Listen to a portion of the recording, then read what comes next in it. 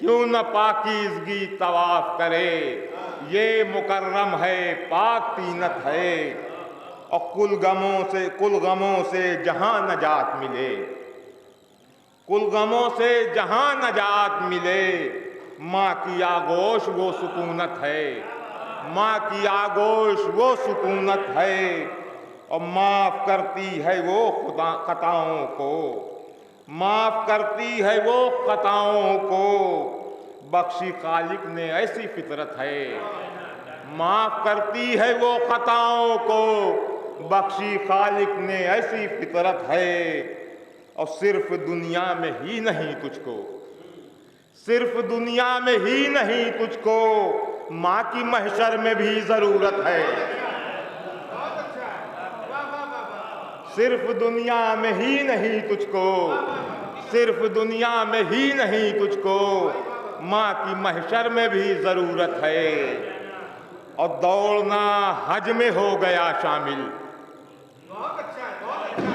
دوڑنا حج میں ہو گیا شامل، دوڑنا حج میں ہو گیا شامل، ماں کی دنیا میں وہ فضیلت ہے، دوڑنا حج میں ہو گیا شامل، ماں کی دنیا میں وہ فضیلت ہے، اور ٹوٹے بندے کفن تو راز کھلا، ٹوٹے بندے کفن تو راز کھلا، ماں کی معراج پر محبت ہے، ٹوٹے بندے کفن تو راز کھلا، ماں کی معراج پر محبت ہے، اور شکر ایک ماں خدا کا کرتی ہے، شکر ایک ماں خدا کا کرتی ہے، سامنے لاڈلوں کی میت ہے، شکر ایک ماں خدا کا کرتی ہے، سامنے لاڈلوں کی میت ہے، اور ذبح ہوتے ہیں شاہدی رن میں، ذبح ہوتے ہیں شاہدی رن میں، ماں کے دل پر عجب قیامت ہے۔ شکریہ۔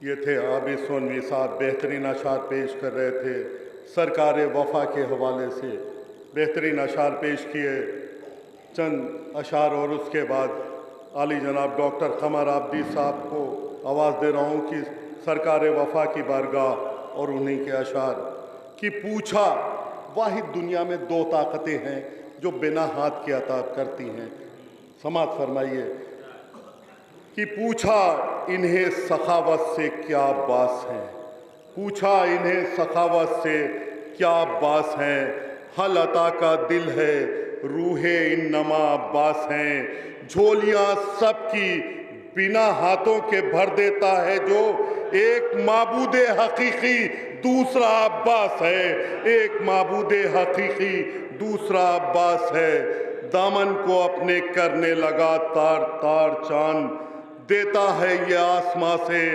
صدا بار بار چاند، البنی کے چاند پہ قرباں ہزار چاند، عباس نے وفا میں لگائے ہیں چار چاند، اور جب سے وفا کے واسطے کھیلا ہے جان پہ، اڑنے لگا دماغ وفا آسمان پہ، اڑنے لگا دماغ وفا آسمان پہ۔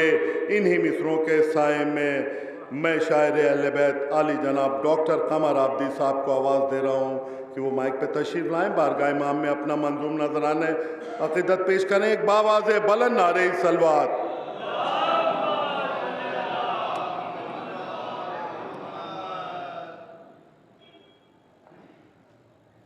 ملاحظہ فرمائیں، شہزادی جناب زینب کے حوالے سے بطلاؤ چند اشعار ملاحظہ فرمائیں، بطور خاص حاضر کر رہا ہوں۔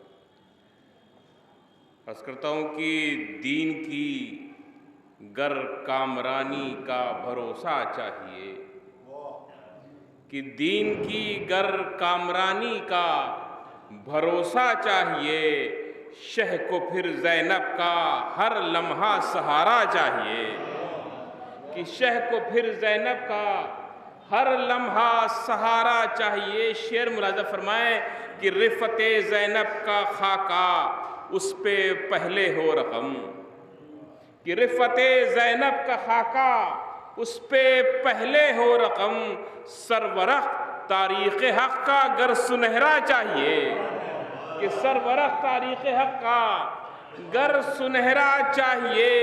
شعر ملاحظہ فرمائیں، غزل کا لہجہ استعمال کیا ہے، ملاحظہ فرمائیں بطور خاص حاضر کر رہا ہوں کہ سرورق تاریخ حق کا گر سنہرا چاہیے، اور چاندنی اتری فلک سے اس تمنا کے سبب، کہ چاندنی اتری فلک سے اس تمنا کے سبب اس کو زینب تیرے نقش پا کا بوسہ چاہیے. کہ چاندنی اتری فلک سے اس تمنا کے سبب، کہ چاندنی اتری فلک سے اس تمنا کے سبب اس کو زینب تیرے نقش پا کا بوسہ چاہیے. اور بڑھ چکی ہیں ظلمتوں کی شوخیاں حد سے سوا، کہ بڑھ چکی ہیں ظلمتوں کی شوخیاں حد سے سوا، اب انہیں زینب کے خطبوں کا تماچا چاہیے. کہ بڑھ چکی ہیں ظلمتوں کی شوخیاں حد سے سوا، اب انہیں زینب کے خطبوں کا تماچا چاہیے. شعر حاضر کر رہا ہوں، بطور خاص شعراء حضرات موجود ہیں، صاحب نظر موجود ہیں، ملاحظہ فرمائیں قافیہ استعمال کیا، بطور خاص حاضر کر رہا ہوں کہ اب انہیں زینب کے خطبوں کا تماچا چاہیے. اور باد زہرا اس حوالے سے لکھا زینب کا نام. شعر حاضر کر رہا ہوں کہ باد زینب، شعر ملاحظہ فرمائیں کہ باد زہرا اس حوالے سے لکھا زینب کا نام، پارسائی کا کوئی تو استعارہ چاہیے.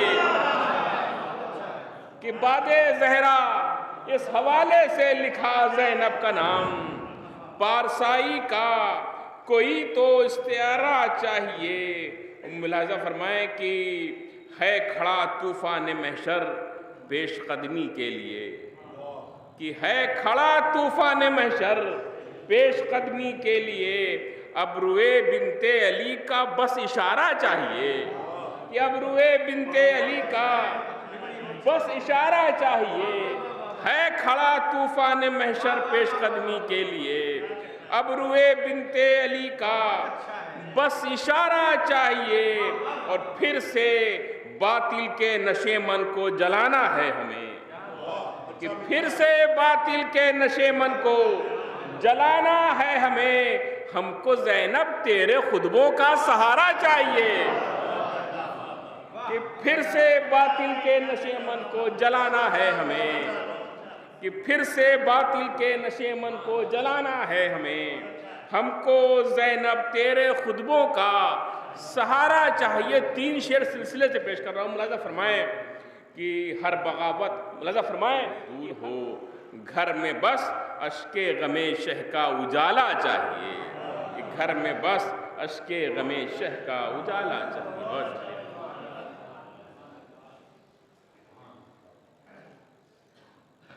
بہترین اشعار پیش کر رہے تھے عالی جناب ڈاکٹر قمر آبدی صاحب کہ حویلی نہیں ہے، زمینداری ٹوٹ گئی ہے، بے روزگاری ہے، لیکن عزاداری کیوں فروغ پہ جا رہی ہے. ایک بند میں سماعت فرمائیے گا. بہت بے روزگاری ہے، زمینداری ٹوٹ چکی ہے، حویلیاں ختم ہو گئی ہیں، لیکن تصور کے لیے آپ خود اس کے گواہ بنیں گے کہ جو 20 سال پہلے عزاداری ہوتی تھی اس سے 1000 گنا اوپر عزاداری کیوں مجلس و ماتم و عزاداری و تعزیہ داری بڑھ رہی ہے. ایک بند میں سماعت فرمائیے اور قبلہ کو میں آواز دوں گا کہ مختصر یہ ہے کہ مہنگائی ہے، بیکاری ہے. مختصر یہ ہے کہ مہنگائی ہے، بیکاری ہے، عوش پر اور شہیدی کی عزاداری ہے.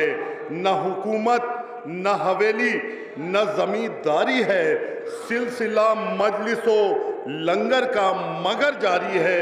سلسلہ مجلس و لنگر کا مگر جاری ہے. کیوں جاری ہے؟ سلسلہ مجلس و لنگر کا مگر جاری ہے.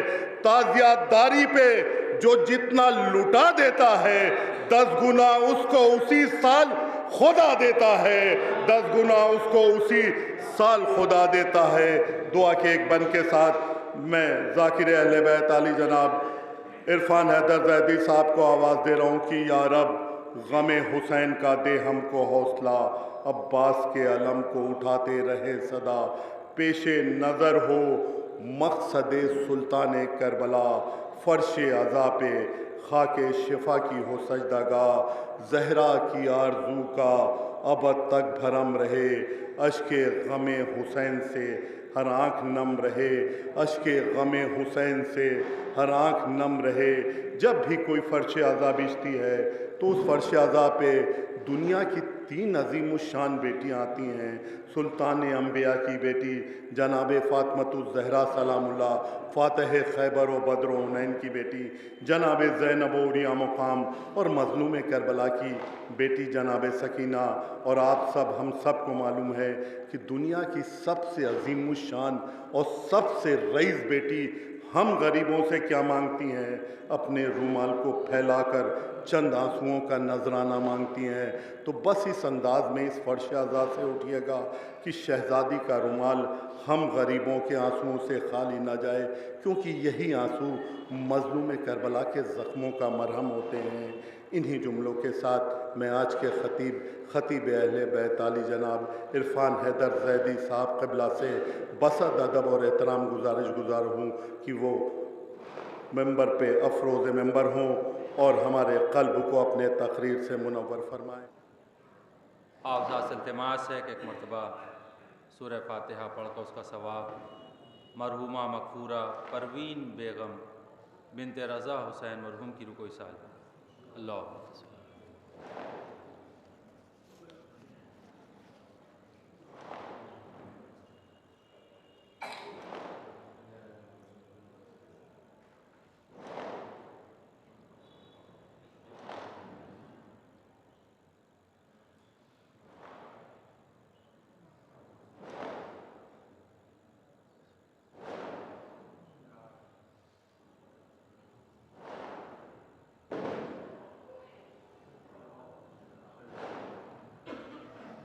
لا حول ولا قوة إلا بالله العلي العظيم۔ اعوذ باللہ من الشیطان الرجیم، بسم اللہ الرحمن الرحیم۔ رب اشرح لی صدری ویسر لی امری واحلل عقدۃ من لسانی یفقہوا قولی۔ الحمد للہ الذی جعلنا من المتمسکین بولایت امیر المومنین غالب کل غالب علی ابن ابی طالب۔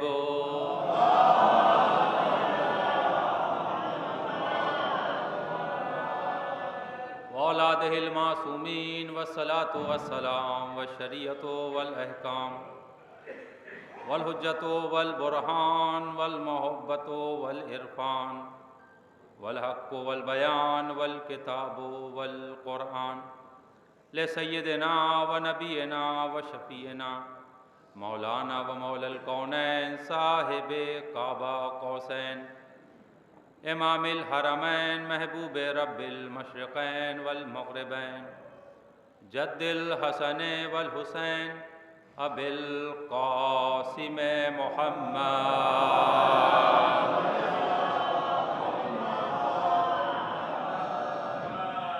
ولعنۃ اللہ علی اعدائہم وقتلتہم وغاصبی حقوقہم ومنکری فضائلہم ومصائبہم وشجاعتہم وسخاوتہم وطہارتہم وولایتہم وعظمتہم۔ اما بعد فقد قال اللہ سبحانہ تبارک و تعالی فی القرآن المجید وفرقانہ الحمید وقولہ الحق۔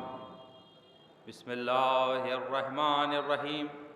الذی خلق الموت والحیاۃ لیبلوکم ایکم احسن عملا۔ صلوات پڑھیں مت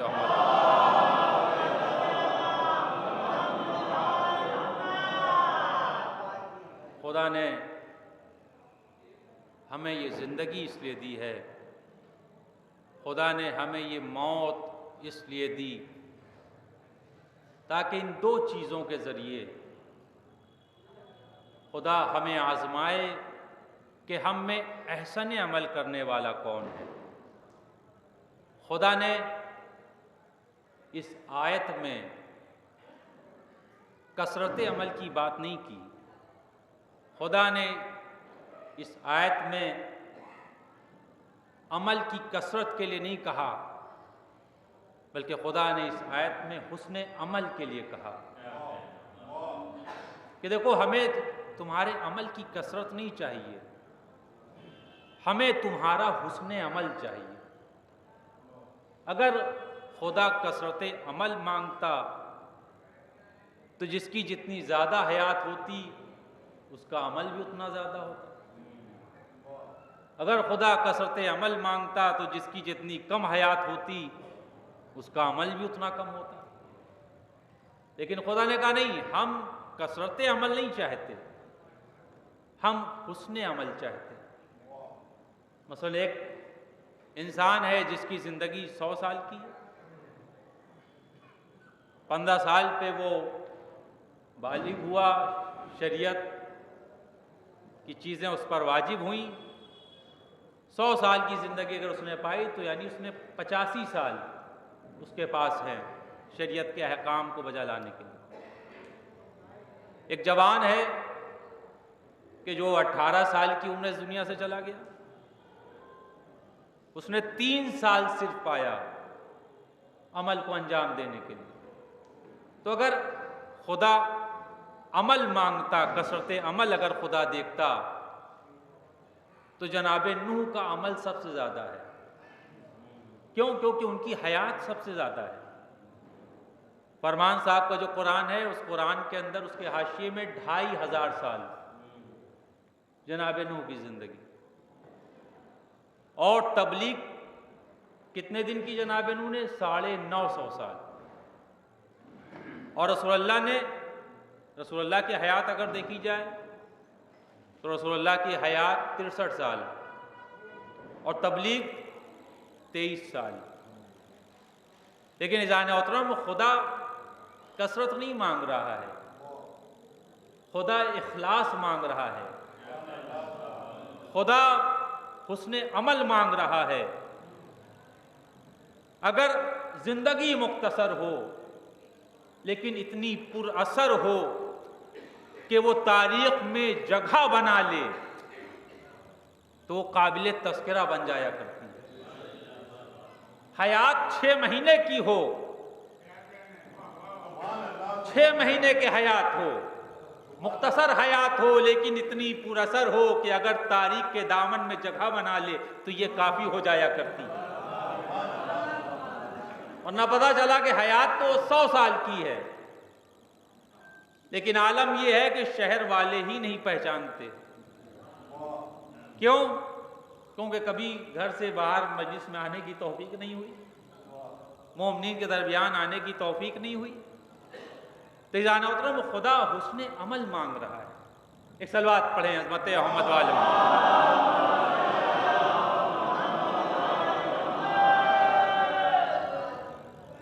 جناب نوح نے 950 سال تبلیغ کی.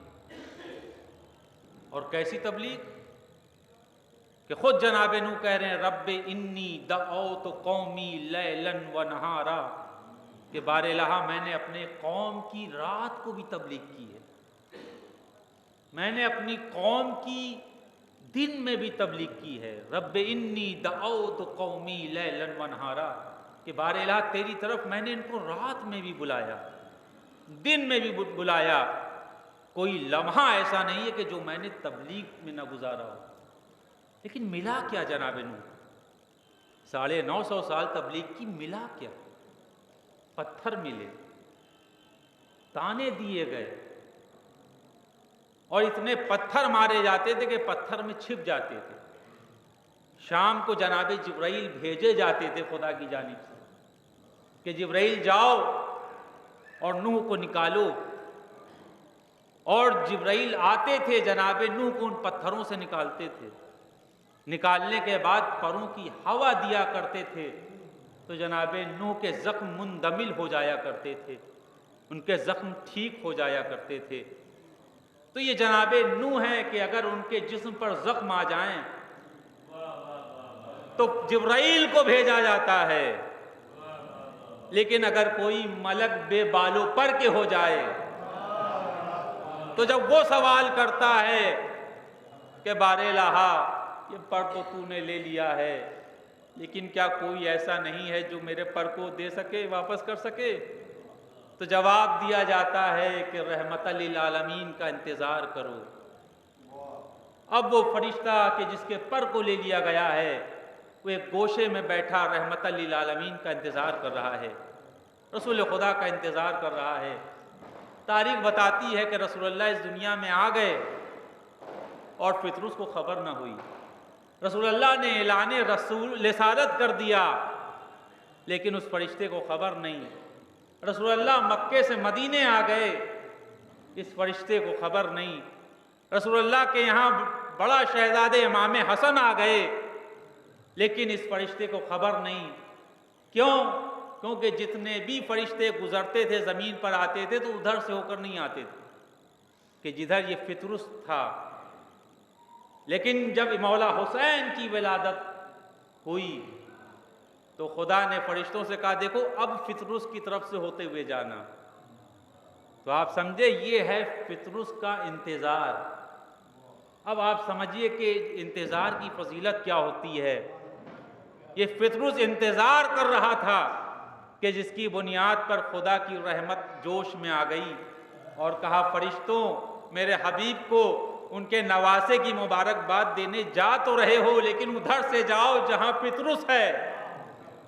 تو پطرس نے جب دیکھا کہا کہ یہ جو بھیڑ ہے ملائکہ کی یہ کہاں جا رہی ہے؟ تو فرشتوں نے کہا کہ تم کو خبر نہیں پطرس، رسول اللہ کے یہاں دوسرا شہزادہ پیدا ہوا ہے۔ تب پطرس نے کہا کہ میں تو رسول خدا کا انتظار کر رہا تھا۔ وہ آ بھی گئے، انہوں نے اعلان رسالت بھی کر دیا، وہ مکے سے مدینے بھی آ گئے، بڑا نواسا بھی پیدا ہو گیا۔ اب چھوٹا شہزادہ جب آیا ہے تب مجھے پتا چلا ہے، اور اب اس کو لے کر آئے فرشتے، اور پطرس آ کر رسول اللہ کے قدموں میں بیٹھ گیا اور کہتا ہے یا رسول اللہ جب میرے بالوں پر چھین لیے گئے تو میں نے کہا کہ اب کون ہے جو یہ بالوں پر مجھے عطا کرے؟ تو یا رسول اللہ آپ کی ذات کے بارے میں بتایا گیا۔ تو پطرس یہ سمجھ رہا تھا کہ مجھے بالوں پر رسول عطا کریں گے۔ پطرس بالوں پر لینے کے لیے رسول اللہ کے پاس آیا تھا، رسول اللہ نے حسین کے پاس بھیج دیا، اور یہ نہیں کہا کہ پطرس تو اپنے کو حسین سے مس کر لے، بلکہ کیا کہا کہ حسین جس جھولے میں ہے، حسین جس گہوارے میں ہے۔ عزیزان محترم وہ جھولا کہ جس میں مولا حسین تھے وہ جھولا جنت سے نہیں آیا تھا، وہ جھولا وہ گہوارہ اسی مدینے کے کسی بڑھئی نے بنایا تھا۔ ورنہ آپ دیکھیں کہ دنیا میں تو ایسے ایسے لوگ پائے جاتے ہیں کہ اگر وہ جھولا جنت سے آ جاتا اور اگر اس میں مولا حسین ہوتے تو دنیا کہہ دیتی ارے تو جنت سے جھولا آیا تھا، اس جھولے کا اثر تھا، اس جھولے کا اثر تھا کہ جو پطرس کو بالوں پر مل گئے۔ تو لہٰذا مولا حسین کو کس جھولے میں رکھا گیا؟ وہ جھولا کہ جو مدینے کے ایک بڑھئی نے بنایا ہے۔ رسول اللہ چاہتے تو کہتے کہ جاؤ اپنے کو میرے حسین سے مس کر لو، لیکن حسین پطرس کو تو مل جاتے، لیکن بات کی رہتی دنیا تک کے چاہنے والوں کو حسین کہاں ملتے؟ تو اذان محترم اب پہچانیے کہ ہم ان تبرکات کو کیوں چومتے ہیں، ہم ان زری کو کیوں چومتے ہیں، ہم ان علم کا بوسہ کیوں لیتے ہیں؟ کیونکہ ان کے ذریعے ہماری امیدوں کو بالوں پر مل جایا کرتے ہیں۔ ایک صلوات پڑھیں حضرت محمد و آل محمد۔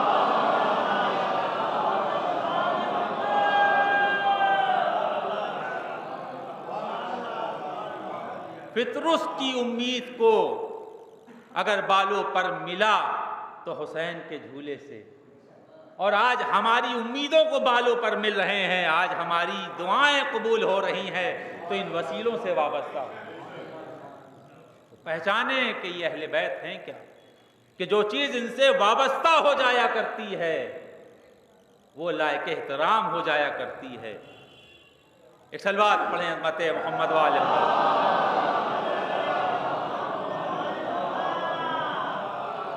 تو اب اندازہ کریں کہ وہ نبی کے جس نے 950 سال تبلیغ کی، اور کیسی تبلیغ کہ دن کو دن نہیں سمجھا، رات کو رات نہیں سمجھا۔ کہہ رہے ہیں جناب نوح رب انی دعوت قومی لیلا و نہارا، کہ بار الہ میں نے دن میں بھی ان کی تبلیغ کی، رات میں بھی ان کی تبلیغ کی، لیکن تبلیغ کا اثر کیا ہوتا تھا؟ فما، یعنی کوئی اثر نہیں، بلکہ یہ اور فرار اختیار کرتے تھے۔ قرآن میں فرار کا لفظ ہے۔ جناب نوح کہہ رہے بار الہ میں جتنا ان کو بلاتا تھا فرارا، یہ اتنا فرار کرتے تھے۔ لیکن جناب نوح نے یہ نہیں کہا کہ بار الہ یہ مجھے پتھر مارتے ہیں، بار الہ یہ مجھے تانا دیتے ہیں، بلکہ جناب نوح نے یہ کہا کہ بار الہ میں جتنا انہیں بلاتا ہوں یہ فرار کرتے ہیں۔ تو پتہ چلا نبی کو اتنی اذیت کسی اور چیز سے نہیں ہوتی جتنی اذیت فرار سے ہوتی ہے۔ نبی کو کیوں ہوئی کہ وہ بلا رہے ہیں اور وہ کنواری بکریوں کی طرح پہاڑ پہ چڑھے جا رہے ہیں، اور ایسا بھاگے ہیں احد کی جنگ میں کہ مدینے کا پتہ بھول گئے۔ عورتوں سے پوچھا کہ ہم کہاں ہیں، تو عورتوں نے کہا کہ آپ مدینہ کراس کر چکے ہیں۔ ایک صلوات پڑھیں امت محمد وآل محمد۔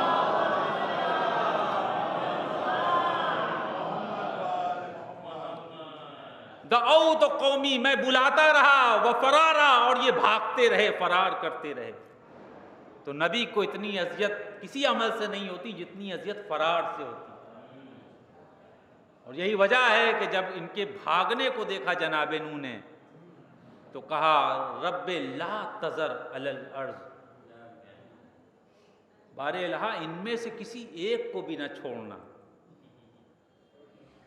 لا تذر علی الارض، بار الہ ان میں سے کسی ایک کو نہ چھوڑنا، انکا ان تذرت، اگر تو نے ان کو چھوڑ دیا، یذلوا، تو یہ تیرے بندوں کو گمراہ کریں گے، اور یہ اتنے گمراہ ہو چکے ہیں کہ ولا یلدوا، کہ ان کے ہاں جو اولادیں پیدا ہو رہی ہیں، ولا یلدوا الا فاجرا و کفارا، یا تو یہ فاجر پیدا ہو رہے ہیں یا کافر پیدا ہو رہے ہیں۔ ایک صلوات پڑھیں امت محمد علیہ وسلم۔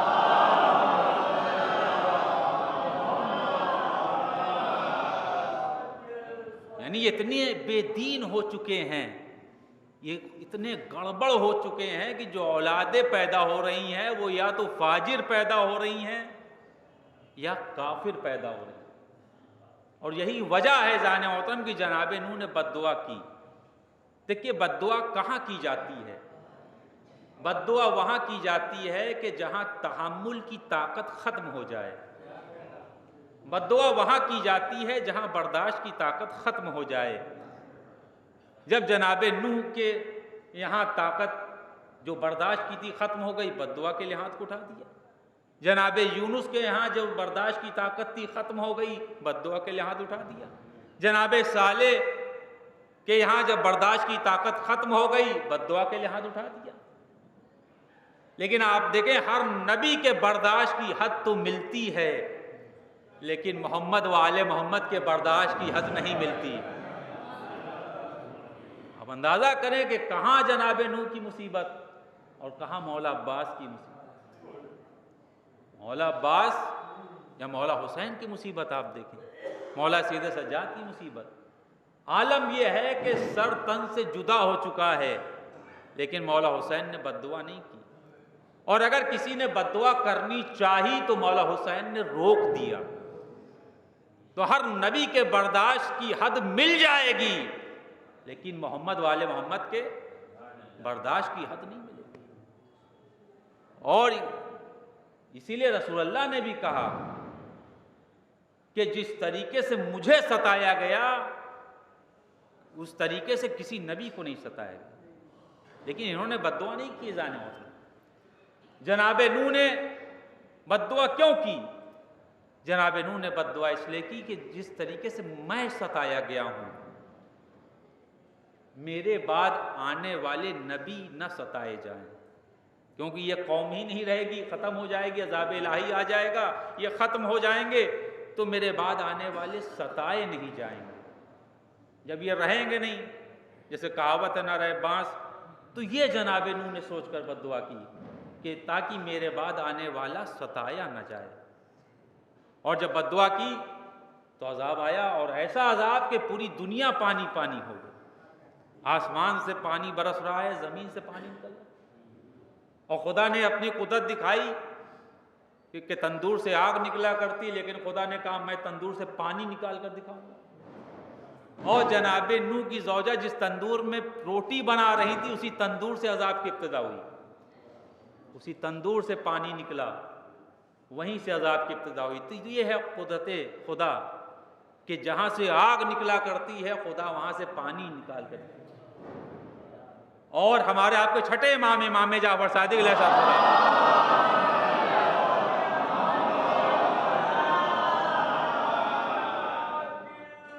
کا ارشاد گرامی ہے کہ جناب نوح کوہ جودی سے 80 افراد کو لے کر اترے، اور یہ جو 80 افراد کوہ جودی سے اترے انہوں نے موصل کی زمین پر اپنے گھر بنائے۔ یہ موصل آپ دیکھیں، یہ سیریا سے اور عراق میں جب داخل ہوں گے تو یہ موصل جو شہر پڑے گا سب سے پہلے موصل، تو وہاں اس بستی میں آباد ہوئے۔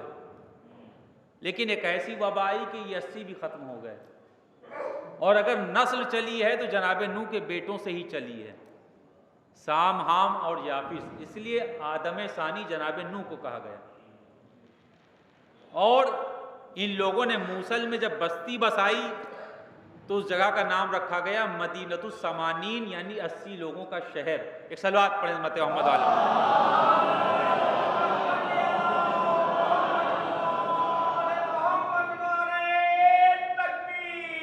اللہ اکبر، یا رسول اللہ،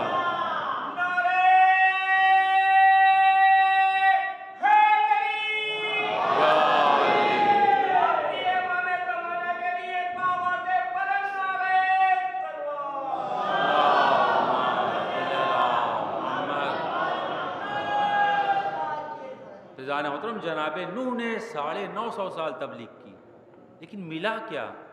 پتھر ملے، تانے ملے۔ تو یہ تبلیغ کوئی آسان کام نہیں ہے، تبلیغ میں پتھر بھی کھانے پڑتے ہیں، تبلیغ میں تانے بھی سننے پڑتے ہیں، تبلیغ میں لوگوں کی باتیں بھی سننی پڑتی ہیں۔ تو جناب نوح نے بد دعا کر دی تاکہ میرے بعد آنے والا ستایا نہ جائے۔ اب اندازہ کریے اہل بیت کسے کہتے ہیں۔ مالک اشتر دیکھ رہے ہیں کہ مولا علی کی تلوار چلتی ہے لیکن کچھ لوگوں کی گردن پر جا کے رک جاتی ہے۔ مولا علی کی تلوار چل رہی ہے لیکن جنگ میں کچھ لوگوں کی گردن کے پاس جا کر رک جا رہی ہے۔ تو مالک اشتر نے کہا مولا یہ کیا؟ کہا اے مالک اشتر، اس کو جو میں نے چھوڑ دیا اس کی 16ویں پشت میں جا کر مومن پیدا ہوگا، اس کو جو میں نے چھوڑا اس کی 17ویں پشت میں جا کر مومن پیدا ہوگا۔ مولا علی چھوڑ رہے ہیں جبکہ معلوم ہے کہ اس کی اولاد میرے بیٹے حسن کو پریشان کرے گی، اس کے بیٹے کی اولاد میرے بیٹے امام زین العابدین کو پریشان کرے گی، اس کی اولاد میرے بیٹے محمد باقر کو پریشان کرے گی۔ یعنی مولا علی کو یہ گوارا ہے کہ میری اولادیں پریشان کی جائیں، لیکن یہ گوارا نہیں ہے کہ کوئی مومن دنیا میں آنے سے پہلے روک دیا جائے۔ یہ گوارا نہیں ہے کہ کوئی مومن دنیا میں آنے سے پہلے روک دیا جائے۔ تو آپ دیکھیں یہ مولا کائنات کی تلوار ہے کہ جو نسلوں کو دیکھ کر چل رہی ہے کہ 16ویں نسل میں آنے والا ہے، 17ویں نسل میں آنے والا ہے، بتا رہے مالک اشتر کو۔ تو یہ مولا کائنات کی ذات ہے۔ تو عزیزان محترم، اسلام نے دفاع پر زور دیا ہے، اسلام نے جہاد پر زور نہیں دیا ہے۔ جناب داؤد کے ہاتھ میں جب لوہا آتا تھا تو موم بن جاتا تھا۔ جناب داؤد اس لوہے سے جو موم بن جا رہا ہے ان کے ہاتھ پر آنے کے بعد وہ اس سے تلوار بھی بنا سکتے تھے، وہ اس سے نیزہ بھی بنا سکتے تھے، وہ اس سے گرز بھی بنا سکتے تھے، لیکن جناب داؤد نے نہ تلوار بنائی، نہ نیزہ بنایا، نہ گرز بنایا، بنائی تو زرہ بنائی، کیونکہ اسلام دفاع پسند ہے، جنگ پسند نہیں۔ اسلام دفاع پسند ہے، جنگ پسند نہیں ہے۔ اور یہی وجہ ہے کہ اصول کافی کے اندر جو روایت ہے ہمارے آپ کے چھٹے امام امام جعفر صادق علیہ السلام،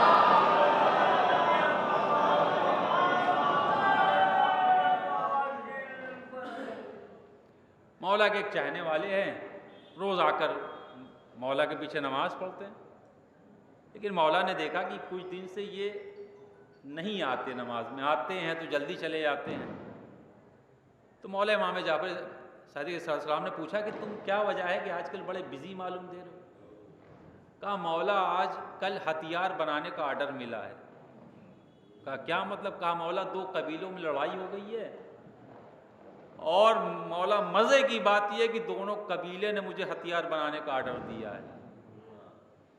تو مولا نے کہا کہ لیکن تم ہتھیار بناؤ گے اور یہ ہتھیار جو ہے لوگوں کے گلے کاٹے گا، لوگوں کے سینوں میں پیوست ہو جائے گا، بچوں کو یتیم کرے گا، عورت کو بیوہ بنائے گا۔ تو صحابی نے کہا کہ لیکن فرزند رسول، کمال کی بات یہ ہے کہ جنہوں نے ہمیں آرڈر دیا ہے دونوں قبیلے مسلمان نہیں ہیں۔ تو مولا کا جملہ سنیے کہ ٹھیک ہے مسلمان نہیں ہے لیکن انسان تو ہیں۔ کہ یہ ہے اسلام کہ جس نے جنگ پر زور نہیں دیا ہے، جس نے دفاع پر زور دیا۔ پھر مولا نے کہا کہ میں قطعاً تمہیں اجازت نہیں دوں گا کہ تم ایسی چیز بناؤ کہ جس کی وجہ سے بچے یتیم ہو جائیں، تم ایسی چیز بناؤ کہ جس کی وجہ سے گھر اجڑ جائیں۔ تو آپ دیکھیں چاہنے والا کون ہوتا ہے؟ چاہنے والا وہ ہوتا ہے جو مولا کے حکم کو فالو کرتا، اور وہ چاہنے والے ایسے تھے کہ انہوں نے ہتھیار نہیں بنایا، اور جب ہتھیار نہیں بنایا تو قبیلے والوں کو ہتھیار ملا نہیں، اور جب ہتھیار ملا نہیں تو نہ ادھر سے حملہ ہوا نہ ادھر سے حملہ ہوا۔ اب دیکھیں یہ امام خدا جناب نوح نے بد دعا کر دی، عذاب آ گیا، لیکن خدا نے بتانا چاہا کہ میں اپنے بندوں کو کتنا چاہتا ہوں۔ اب جناب نوح بیٹھے ہوئے طوفان نوح کے بعد کے بارے الہ بتا میں کیا کروں؟ کہا نوح ایسا کرو تم برتن بنانا شروع کرو۔ اب جناب نوح نے برتن بنانا شروع کی، برتن بنائے، سکھائے، تیار کر دی، اس پہ کلر کر دیا۔ کہا بارے الہ برتن بنا دیا، اب کیا کروں؟ کہا لاٹھی اٹھاؤ۔ اٹھا لیا بارے الہ، کہا توڑ ڈالو، اب توڑ ڈالا۔ کہا اب کیا کروں؟ کہا پھر برتن بناؤ، سکھاؤ اس کو، اس پہ کلر چڑھاؤ۔ کہا بنا دیا، کہا پھر لاٹھی اٹھاؤ۔ یعنی کئی بار برتن بنوائے اور توڑوائے، لیکن ایک منزل پر جناب نوح نے کہا کہ بارے الہ بڑی محنت سے بنایا ہے۔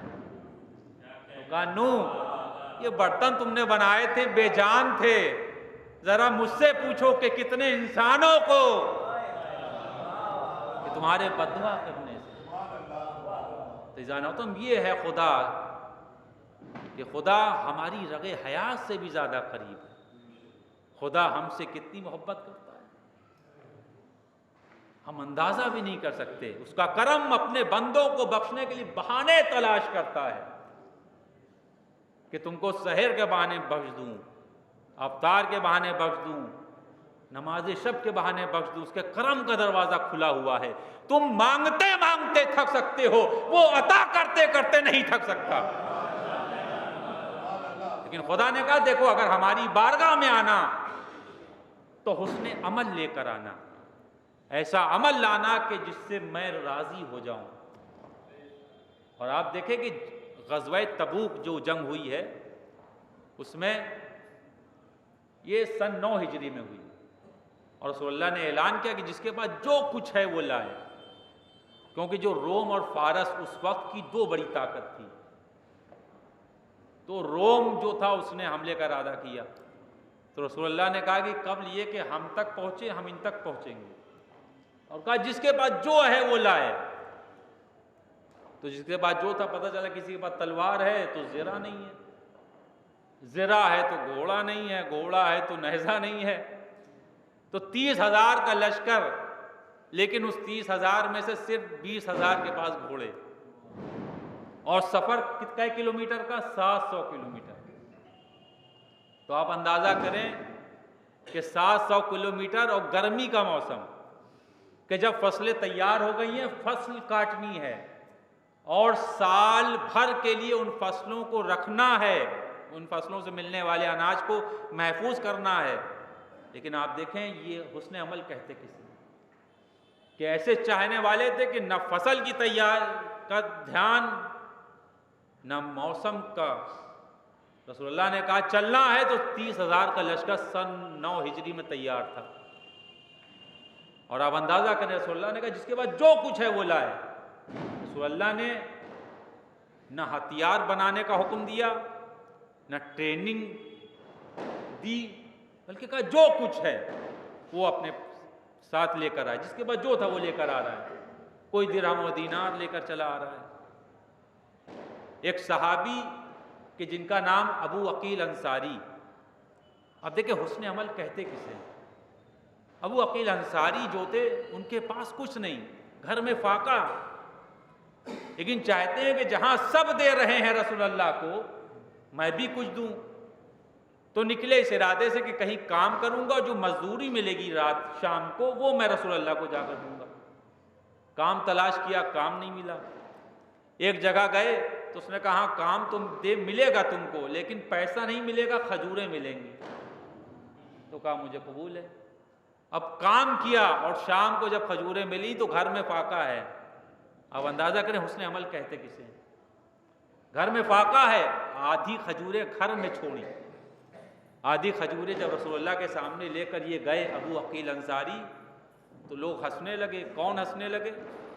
کہ جنہوں نے سونے اور چاندی رسول اللہ کو دیا، اور ان کے لبوں پر مسکراہٹ آنی تھی کہ جناب جبرائیل نازل ہوئے رسول اللہ کے پاس اور کہا یا رسول اللہ ان کھجوروں کو آپ درہم و دینار کے اوپر رکھ دیجئے، ان کھجوروں کو درہم و دینار کے اوپر رکھ دیجئے، کیونکہ جنہوں نے درہم و دینار دیے ہیں ان کے پاس اور گھر میں درہم و دینار ہیں، انہوں نے ہوتے ہوئے دیا ہے۔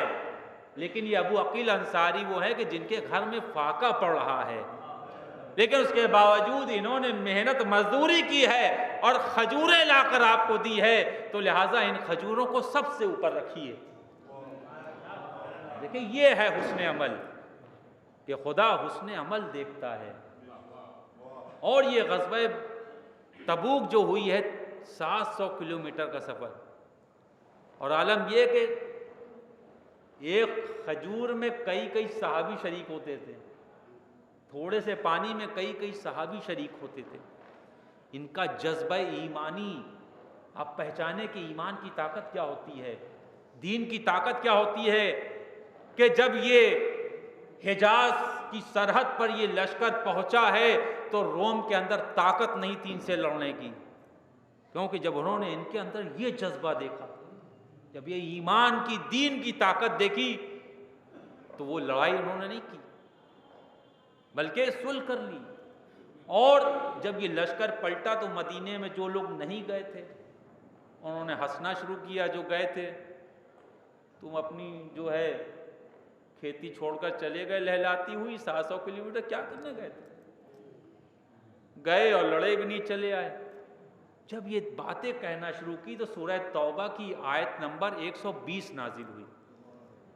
اس کے اندر یہ ہے کہ جو گئے اور جنہوں نے بھوک برداشت کی، جنہوں نے پیاس برداشت کی، جنہوں نے سفر کی مشقتیں برداشت کی، خدا کی نگاہ میں ان کا یہ عمل احسن عمل ہے۔ ایک صلوات پڑھیں حضرت محمد علیہ وسلم۔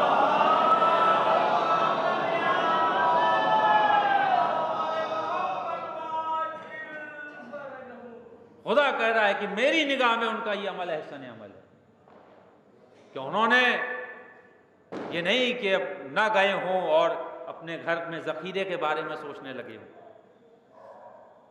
عزیزان محترم، اور یہی غزوہ تبوک کی طرف جب یہ لشکر بڑھ رہا تھا تو راستے میں جہاں قوم سمود پر عذاب نازل ہوا تھا وہ جگہ بھی ملی۔ قوم سمود یہ وہ قوم تھی کہ جو پہاڑوں میں گھر بناتی تھی، لیکن آپ دیکھیں جب خدا کا قہر جب آتا ہے تو پہاڑ بھی نہیں بچا پاتا.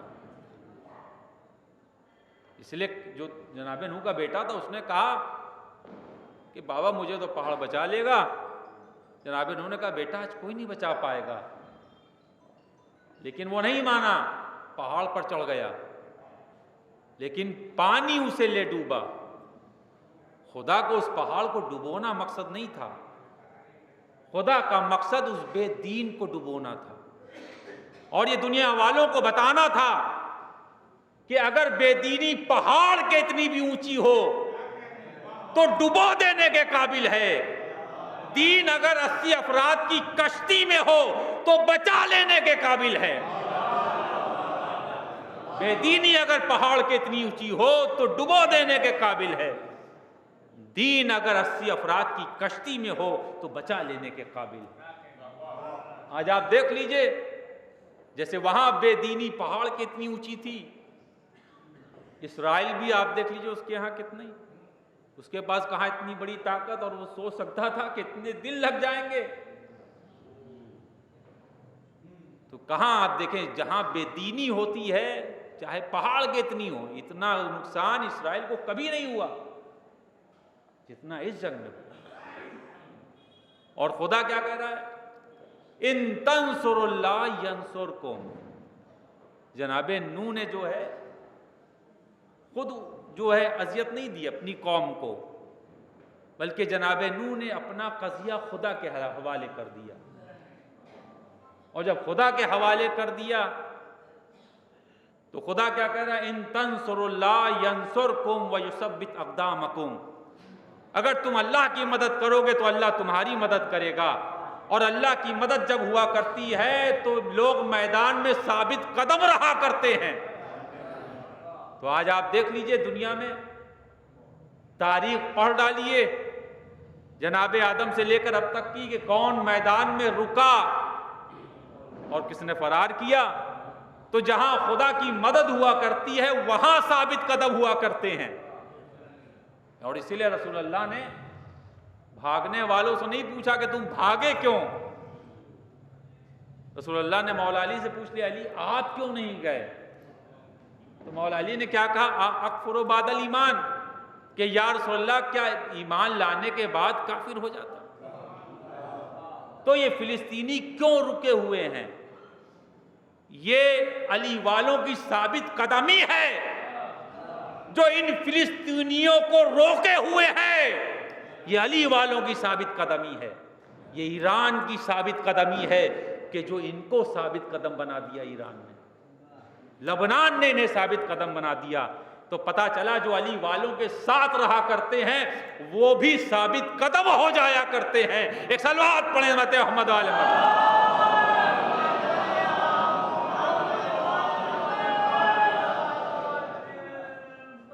اپنے بچوں کے چتھڑوں کو ہاتھ میں لیے ہوئے ہیں لیکن کہہ رہے الحمدللہ. اپنے چھوٹے بچے کی لاش کو لیے ہوئے ہیں لیکن کہہ رہے الحمدللہ. باپ مر رہا ہے لیکن بچوں سے کہہ رہا ہے بچوں رو نہیں, کہو الحمدللہ.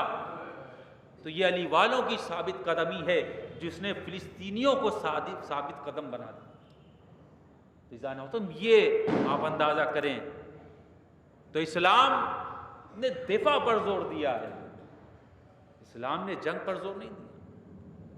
اسلام خلوص دیکھتا ہے. تاریخ میں کتنے واقعات ہیں لیکن جو اثر کربلا کا ہے کیا کسی واقعے میں اتنا اثر ہے؟ یہ کربلا کتنے لوگوں نے, 72 یا اس سے چند افراد, لیکن یہ کربلا آج کیوں تاریخ کے دامن میں. اور عالم یہ ہے کہ جب بھی محرم آتا ہے ہمارے ایمان کو تر و تازہ کر جاتا ہے. کیوں کربلا کا واقعہ موجود ہے؟ کیونکہ کربلا میں اخلاص پایا جا رہا تھا. ہم رہیں نہ رہیں لا الہ الا اللہ رہے, ہم رہیں نہ رہیں محمد رسول اللہ رہے. عزیزان محترم, خدا قدرت نے کہا کہ دیکھو ہم حسن عمل بھی دیکھیں گے اور حسن عمل کے ساتھ ساتھ نتیجہ عمل بھی دیکھیں گے. خدا کہہ رہا ہے کہ ہم حسن عمل کے ساتھ ساتھ نتیجہ عمل بھی دیکھیں گے۔ جناب نوح نے 950 سال تبلیغ کی، لیکن نتیجہ عمل کیا ہے؟ 80 افراد۔ رسول اللہ نے 23 سال تبلیغ کی، لیکن نتیجہ عمل کیا ہے؟ کہ کوئی لمحہ ایسا نہیں گزرتا اس دنیا میں آج کہ جب وحدانیت کا اعلان نہ ہو رہا ہو، رسالت کا اعلان نہ ہو رہا ہو۔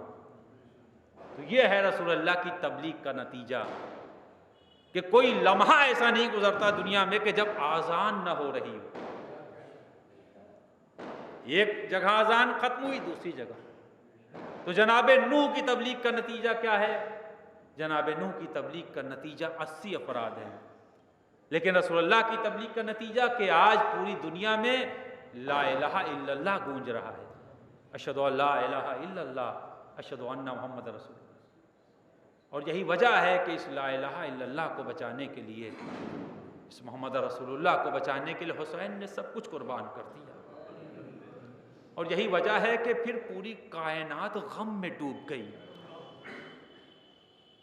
پوری کائنات غم میں ڈوب گئی۔ سمندر میں تلاطم پیدا ہو گیا، سمندر غم میں ڈوب گیا۔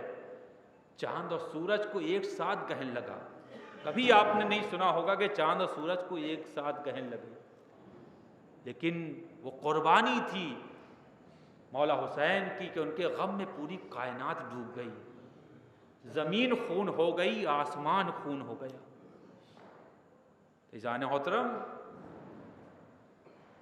ہزاروں سجدے ایک طرف، مولا حسین کا سجدہ ایک طرف۔ ایک ذاکر نے بیان کیا کہ حسین کو آخری سجدہ کرنے میں بہت دیر لگی۔ یہ آخری سجدہ کرنے میں کیوں بہت دیر لگی؟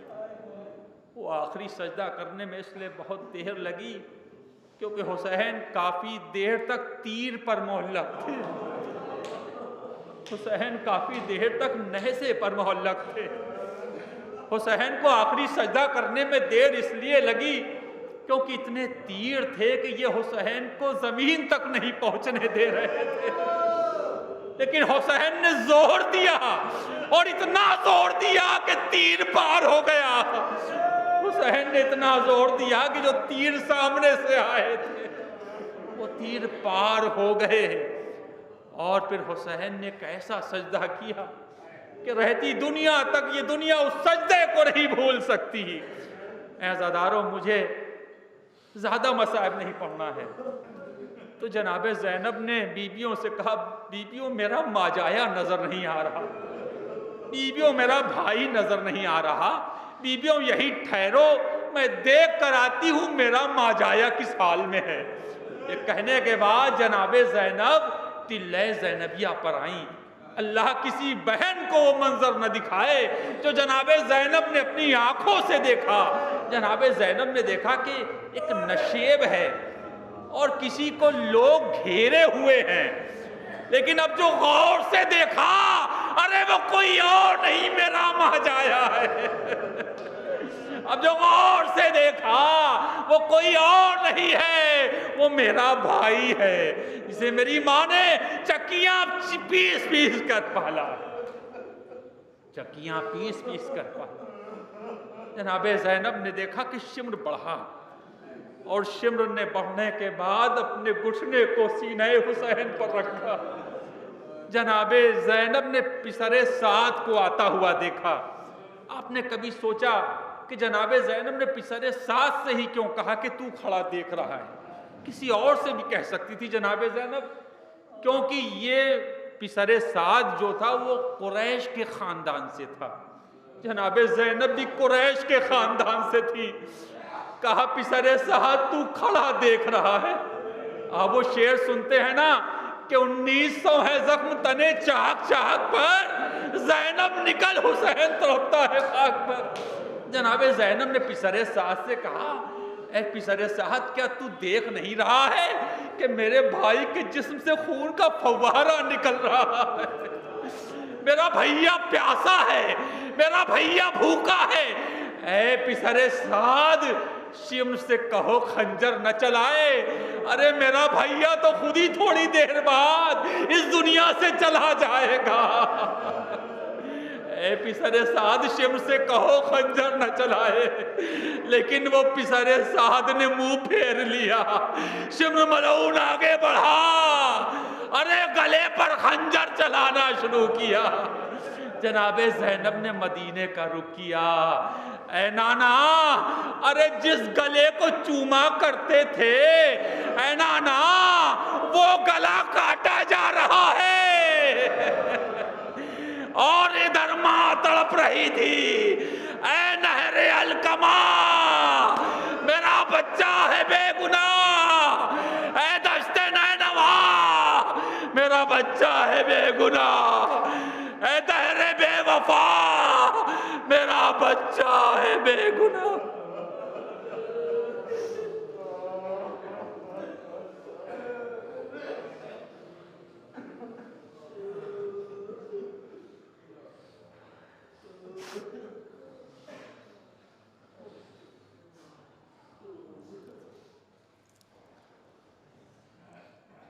بار الہ ہماری اس عظیم عبادت کو قبول فرما. بار الہ میں کوئی غم نہ ہو سوائے غم اہل بیت کے. پرچم اسلام کو سر بلند فرما، دشمنان اسلام کی اصلاح فرما. بار الہ فلسطین کے مسلمان، ایران، عراق، سیریا، لبنان، سب مسلمان جہاں بھی ہیں بار الہ ان کی جان، مال، عزت، آبرو کی حفاظت کرو. بار الہ ہمیں کسی کا محتاج نہ بنانا. بار الہ ہمارے ان گناہوں کو معاف کر دے جو تیرے غضب کے نازل ہونے کا سبب بن سکتے ہیں. بار الہ ہمارے ان گناہوں کو معاف کر دے جو ہمارے رزق میں رکاوٹ بن رہے ہیں. بار الہ ہمارے ان گناہوں کو معاف کر دے جو ہم سے جانے انجانے میں ہو گئے اور ہمیں اس کی خبر نہ ہوئی. بار الہ تیرا نام دوا ہے، تیرا ذکر شفا ہے.